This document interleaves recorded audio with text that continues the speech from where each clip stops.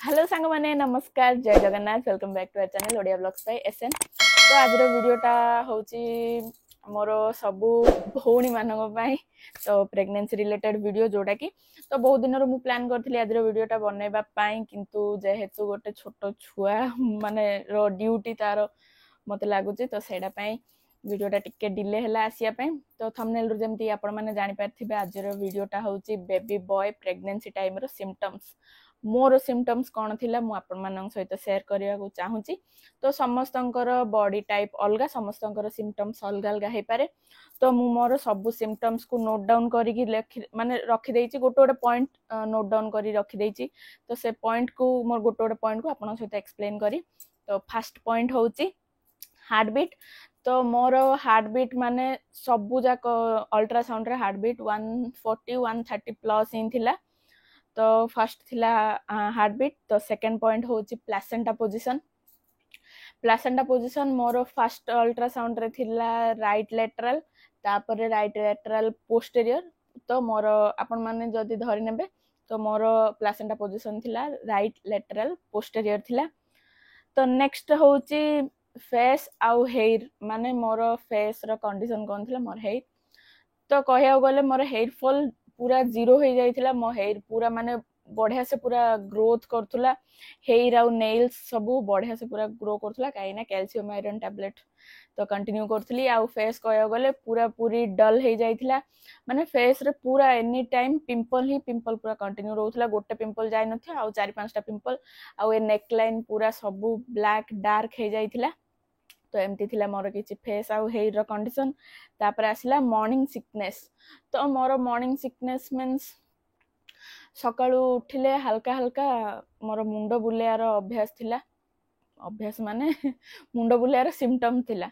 तो मुंड बुलेकी टिके झांकी झांकी एमती लागुथुला फर्स्ट 3-4 मास एमती लागिला। तापर मॉर्निंग सिकनेस माने माने पूरा लेजी लेजी वीक लागुथुला से जोर उठिया इच्छा होनुथला खाली एमती पड़ी रहया ही इच्छा होथला।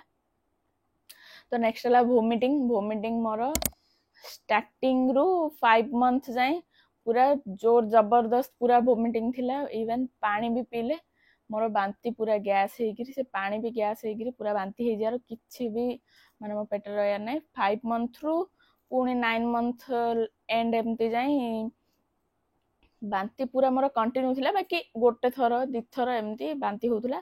फर्स्ट 5 मास पूरा जबरदस्त बांती होउथला।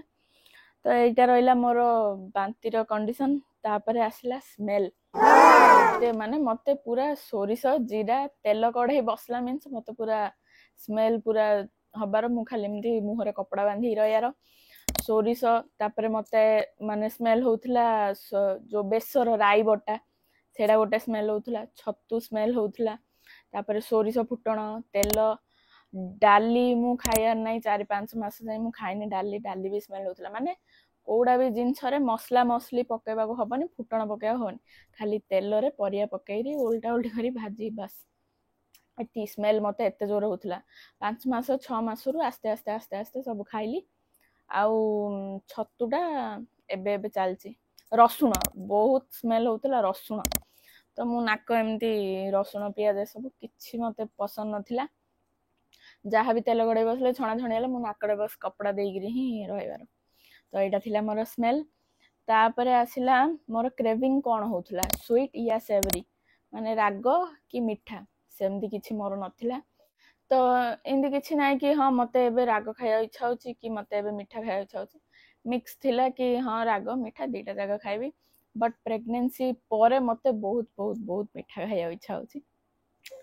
तो नेक्स्ट अच्छी भोको केतବେଳେ मते लागुथला माने दिन सारा बांती करी करी करी रही राति टाइम रे मते बेसी भूख लागे मु राति टाइम रे ही अधिक खाइबी 2टा नहीं 3टा नहीं 4टा नहीं इवन मते जेतବେଳେ भूख लागे 4टा नहीं 5टा नहीं सकाळ उठी गाधे बगे खाबे करी आथरे सोई पड़ी 5टा इंदो एमती थिला मोर कंडीशन भूकर। फास्ट 3-4 मास 5 मास जाए तो बांती हला। तापर माने एनी टाइम मो मुंड पाखरे बिस्केट ब्रेड पानी हॉर्लिक्स सब रही। इवन मु 9 मंथ आम घर गली 4टा बेलू मत एमती राति सारा निद हेनी 4टा बेलू मत निद हम तो बो मत हॉर्लिक्स आउ ब्रेड आनी दब मु खाइबी जाकि 4टा-5टा इंदी बेलू सोयार लास्ट टाइम रु बेसी अधिक एक्सेस भूक लगिला।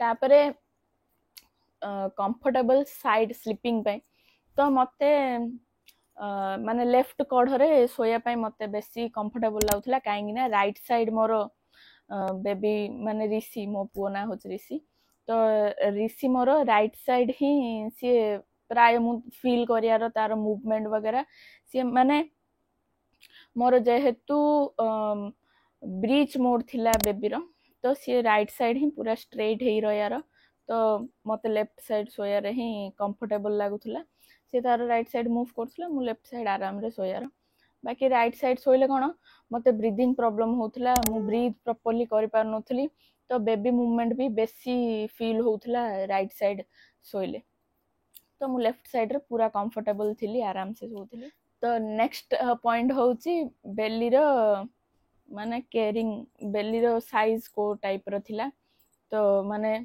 को प्रॉपर्ली ओडिया रे कहया गले ऊपर पेट या तलिया पेट एमती कहंती मु जहा जानिया रे तो मोर थिला तलिया पेट माने नाभि ऊपर को पेट जमा जना पड़ नथिला नाभि तळ को पेट जना पड़थिला मु फोटो एठी अटैच कर देबी माने पेटर शेप एमती किछि रयार तो गूगल रु मु आपन को फोटो एठी अटैच कर देबी कि आपन जदि चाहे भी गूगल कर परिबे बेली रो साइज को टाइप रो रयार कोन तो मोर बेली लो कैरिंग थिला माने तलिया पेट ही थिला तो नेक्स्ट पॉइंट होची बेबी रो मूवमेंट जेमदी मु पूर्व कहली मोर बेबी रो मूवमेंट बहुत माने राइट साइड ही फील हबार कहीं पूरा राइट साइड रे सी पूरा एमती स्ट्रेट है कि चेस्ट एग्जैक्ट चेस्ट तळरू सी पूरा एमती स्ट्रेट ही रह जे माने मु प्रॉपर्ली बसी पारिनी शोइथिले भी उठी पारिनी एमती तो मोर बेबी रो मूवमेंट मु अधिक राइट साइड ही अधिक कोन टोटली मु राइट साइड ही फील करियार तापरे जो नाइग्रा लाइन कहती सेटा होची माने जो टमी रे जो नाभि ऊपर की नाभि तल को जो लाइन कहती तो नाभि तल को तो लाइन समस्तंकर थाए बाकी नाभि ऊपर को प्रेगनेंसी रे मोर लाइन डा आसला 8 मंथ 9 मंथ टाइम रे मोर से लाइन डा आसला आ डार्क आसला पूरा स्ट्रेट नाभि रु पूरा स्ट्रेट ऊपर को लाइन आसला तो सेटा पूरा प्रेगनेंसी रो पूरा लास्ट टाइम को आसला तो एति थिला मोर प्रेगनेंसी रो बेबी बॉय पाइन सिम्पटम्स तो